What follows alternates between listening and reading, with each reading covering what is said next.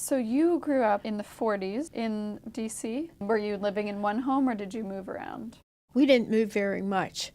The Jewish people that first came, the Russian Jews that first came, around the turn of the last century, a whole group of them lived in, a small group, I guess, lived in Southwest Washington. And they lived close by and they knew each other. Al Jolson's family was one of them and was their neighbor. As they moved, and the street doesn't exist anymore.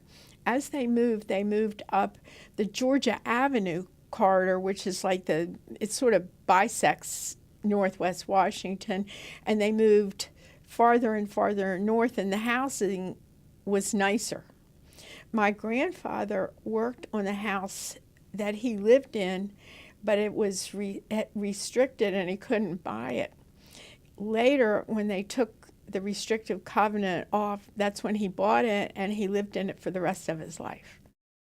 D.C. was interesting because they were fairly small, semi-detached houses. The community was considered one of the Jewish neighborhoods, but I never had more than 3 other Jewish kids in any of my classes ever, which is sort of telling.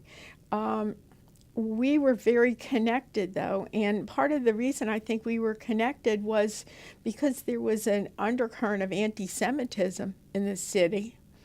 The city itself was segregated, and so you connected with people that you felt safe and comfortable with.